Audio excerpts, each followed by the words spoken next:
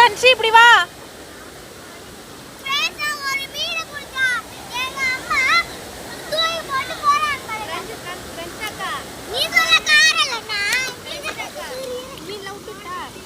அம்மா வைக்க மாட்டாங்களா?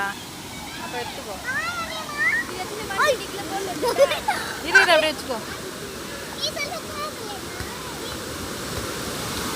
நாங்க வந்து ஜாலியாக என்ஜாய் பண்றோம். இந்த வீடியோ உங்களுக்கு பிடிச்சிருந்தா லைக் பண்ணி ஷேர் பண்ணி கமெண்ட்